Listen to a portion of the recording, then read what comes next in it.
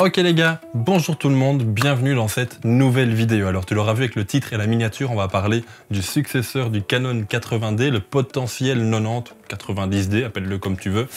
Cette vidéo n'est basée que sur des rumeurs, je n'ai pas d'infos supplémentaires, il n'y a rien qu'à leaker, je ne suis pas en avance sur vous, c'est juste des rumeurs. Et je vais mettre les sources de cette vidéo en description pour que tu ailles voir un petit peu sur quoi est-ce que je me base. Alors, pourquoi est-ce que je te fais une vidéo sur ce 90D, 90D ?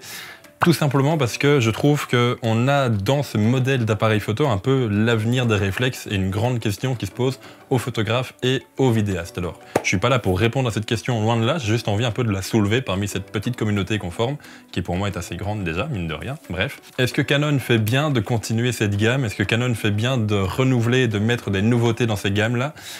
Tout en sachant qu'ils sont déjà en retard du côté hybride, on va pas se le cacher, les EOS R et les EOS RP sont pas des foudres de guerre, même s'ils sont quand même bien, mais c'est pas les plus hauts niveaux. Est-ce qu'il ferait pas mieux de se concentrer sur cette gamme hybride pour rentrer dans la course un petit peu et peut-être devenir numéro 1? On va en parler ici. Alors, rapidement, les rumeurs annoncent pas des choses folles non plus, elles annoncent juste le strict minimum à mon sens, c'est-à-dire de la 4K 30 images secondes au maximum, 24 ou 25, et de la 1080p 120 images secondes.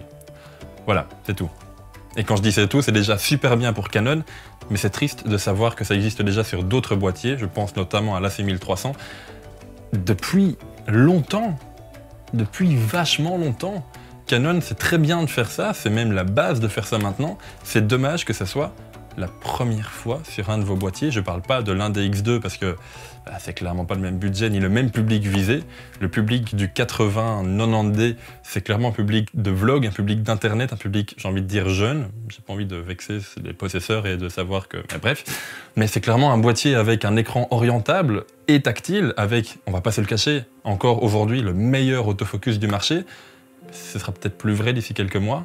Sony, Panasonic, d'autres marques font d'énormes efforts là-dessus. J'ai notamment testé le GFX de Fujifilm il n'y a pas longtemps, qui est un boîtier moyen format pourtant, qui n'a pas vocation à faire de la vidéo, et pourtant l'autofocus de ce boîtier en vidéo est juste excellent. Donc ok, Canon a encore un excellent autofocus, peut-être même le meilleur, mais c'est plus un argument de vente. Alors aujourd'hui, Canon va certainement sortir d'ici 1, 2, 3, peut-être même 1 mois, ce boîtier. Est-ce qu'ils vont encore trouver un public? Je ne sais pas. En tout cas, je pense qu'ils font bien, d'un côté, de continuer à sortir de temps en temps des réflexes, parce que tout le monde n'a pas sauté le pas de l'hybride. Maintenant, je pense qu'il n'y a plus beaucoup de personnes qui passent par le réflexe, et je ne sais pas si moi-même je le conseillerais si j'étais un vendeur, ce que je ne suis pas. Je suis d'abord là pour vous conseiller, avec le peu que je sais, au final. Est-ce que tu devrais l'acheter, ce 90D? J'ai pas l'impression. Alors juste pour terminer, je pense que son capteur est de 32 millions de pixels, comme ça tu as environ tout le truc, ça restera très certainement un excellent boîtier photo, en plus d'être un bon boîtier vidéo.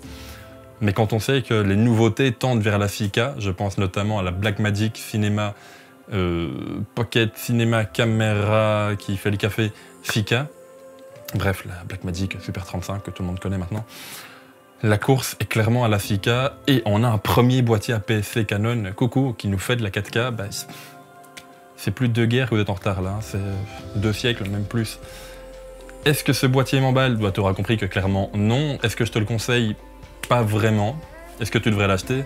Je sais pas. D'un côté, je me dis que le parc d'objectifs pour réflexe Canon est encore immense, que du coup on en retrouve énormément en occasion, que c'est peut-être donc du coup le bon moment de l'acheter, que si tu fais pas une course à la technologie, que t'as pas envie d'avoir le dernier truc à la mode, ce sera peut-être du coup un bon investissement que tu garderas longtemps, parce qu'à mon avis, ce sera un bon boîtier, pas excellent mais bon boîtier, mais qui arrive pour moi 2 ans trop tard.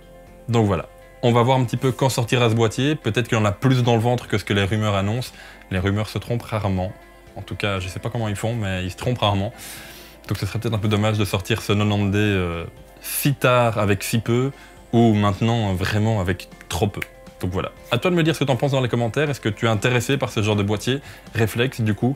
Et si tu comptes l'acheter, ou si tu es un possesseur du 80D et que tu as envie de donner ta rage parce que tu attendais plus du successeur, n'hésite pas.